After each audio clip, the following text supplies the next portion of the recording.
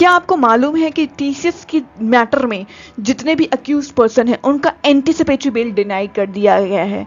Yes, anticipatory bail denied कर दिया गया है। इसका मतलब क्या समझे, एंटीसिपेटरी बेल का मतलब क्या होता है, आज हम लोग इसको समझेंगे। क्या आपको पता है कि ये कब ग्रांट की जाती है, किस कंडीशन में ग्रांट की जाती है, क्या इसको as a matter of right claim किया जा सकता है, क्या कोर्ट कुछ कंडीशन लगा सकती है। अगर इस सब के आंसर आपको पता है तो बहुत अच्छी बात है, अगर नहीं पता है तो इस वीडियो में बने रहिए और बहुत ही जल्दी, बहुत ही शॉर्ट में एकदम clear concept to the point बात करेंगे और आपको समझ में आ जाएगा। और वैसे भी एक इन्फॉर्म जनता होना बहुत इंपॉर्टेंट है। अगर आपको इस चीज़ की इंफॉर्मेशन होगी, वर्ड्स की एंड लीगल वर्ड्स की, तो आप डिसीजन मेकिंग में आपको बहुत ज़्यादा हेल्प करेगा। चलिए आगे बढ़ते हैं। सबसे पहले इस केस का बैकग्राउंड देखते हैं। तो टीसीएस में सब पर्टिकुलरली होता है सेक्सुअल हरासमेंट का केस होता है, देन रिलीजन कन्वर्जन की बात आती है। रिलीजन कन्वर्जन ही एक ऐसा बड़ा मैटर हो जाता है जिसमें आप मतलब बात ही नहीं कर सकते कि आपको बेल या एंटीसिपेटरी बेल मिलेगी ना। तो ये बहुत ही बड़ा मैटर है, ये कोई छोटा मोटा क्राइम तो है नहीं। तो हम लोग इस चीज़ को आप ध्यान में रखिएगा, अभी आगे बात आएगी।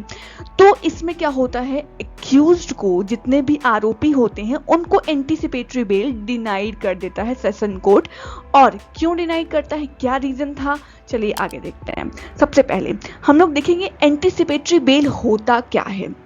तो आपको पता होगा कि ये बेल होता है बिफोर अरेस्ट। अगर आपको लग रहा है कि हाँ मैंने कोई छोटा मोटा अपराध किया है या फिर कोर्ट जो है या फिर मुझे अरेस्ट किया जा सकता है। फॉर एग्जांपल अभी आप लोग देखी होगी एक चिरैया नाम की वेब सीरीज आई है। तो उसमें जो है उनके ससुर जो हैं एंटीसिपेटरी बेल ले रखे थे, तो उनकी बहू ने उन पे केस नहीं कर पाया और फिर केस भी किया तो वो पुलिस आई थी पकड़ने, उनको जो है वहीं ऑन द स्पॉट छोड़ दी। उन्होंने दिखा रखा था कि देखिए मैंने एंटीसिपेटरी बेल ले रखा है। तो ये आम जनता के लिए भी टॉपिक बहुत इंपॉर्टेंट हो जाता है कि किस कंडीशन में एंटीसिपेटरी बेल मिलती है। तो चीज़ें क्या हैं कि आपको बेल मिलेगा और वो भी बिफोर अरेस्ट ही आपको मिल जाएगा। और इसमें क्या चीज़ें होती हैं कि आपका जो फियर ऑफ अरेस्ट है वो गायब हो जाता है और एक पर्सनल लिबर्टी और एक डिग्निटी की बात हो जाती है। एक बार अगर पुलिस आपको थाने ले गई पकड़ के तो आपकी जो रेपुटेशन है, जो इज्जत है समाज सोसाइटी में आपकी, वो तो ख़त्म हो गई। फिर आप चाहे वो सही आरोप लगा हो या झूठा आरोप लगा हो। तो बस इसी पर्पज से एंटीसिपेटरी बेल का कॉन्सेप्ट लाया गया है, ताकि जब तक कुछ चीज़ें प्रूव ना हो जाएं और जब तक आपको लगता है कि हाँ ठीक है अभी मेरे ऊपर कोई आरोप सिद्ध नहीं हुआ है, छोटा मोटा है, मैं एंटीसिपेटरी बेल लेकर के दिखा दूंगा, उसके बाद मैं प्रूव करूंगा कि हाँ मैं तो सही था, ठीक है। तो इसका प्रोविजन कहाँ मेंशन है, ये कहाँ पे लॉ में किस धारा के अंतर्गत दिया गया है, तो सेक्शन 482 ऑफ बीएनएसएस में क्लियरली मेंशन है इसके बारे में। और पहले अगर सीआरपीसी अगर समझते होंगे आप, तो सीआरपीसी की धारा 438 में जो है ये मेंशन था।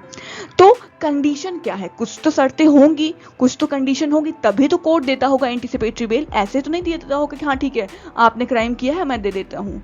तो जैसे इस मैटर में, टीसीएस वाले मैटर में डिनाई हुआ बेल, वो क्यों डिनाई हुआ आपको यही पता चल जाएगा। सबसे पहले तो कोर्ट ही कंडीशन रखता है कि जब आपको बुलाया जाएगा पुलिस स्टेशन तो आपको हाजिर होना पड़ेगा और आप इन्वेस्टिगेशन में कोऑपरेट करेंगे, उसको अगेंस्ट में नहीं करेंगे, ठीक है।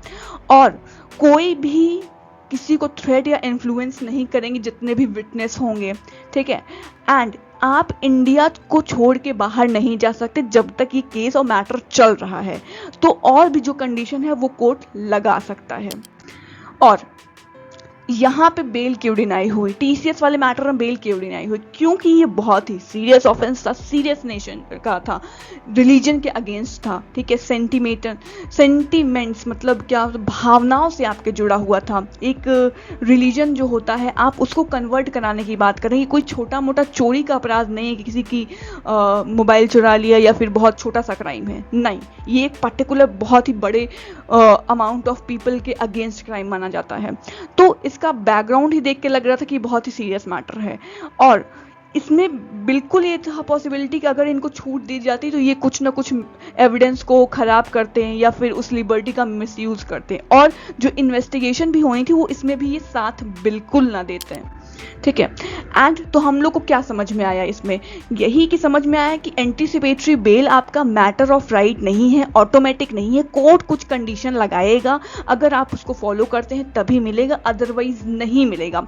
और ये कोर्ट बैलेंस करता है पर्सनल लिबर्टी आपकी और इंटरेस्ट ऑफ जस्टिस क्या है, क्या डिमांड करता है, ठीक है। उसके बाद और फैक्ट एंड सर्कमस्टांसेस को भी देखेगा तभी बेल देगा, अदरवाइज नहीं देगा। तो इस सिचुएशन में टीसीएस वाले मैटर में फैक्ट एंड सर्कमस्टांसेस कोर्ट ने देखा और क्लियरली डिनाई कर दिया। इवन आम जनता भी देखती ना कि यार इस मैटर में क्या बेल मिलना चाहिए, एंटीसिपेटरी बेल की तो बात की बात है, क्या बेल भी मिलना चाहिए, तो क्लियरली मना कर देती, बिल्कुल नहीं मिलना चाहिए क्योंकि बहुत बड़ा मैटर है। And then thank you. अगर ये टॉपिक पसंद आया हो आप मुझे कमेंट कर सकते हैं, और भी ऐसे लीगल अपडेट के लिए आप मेरे चैनल को फॉलो भी कर सकते हैं। Thank you.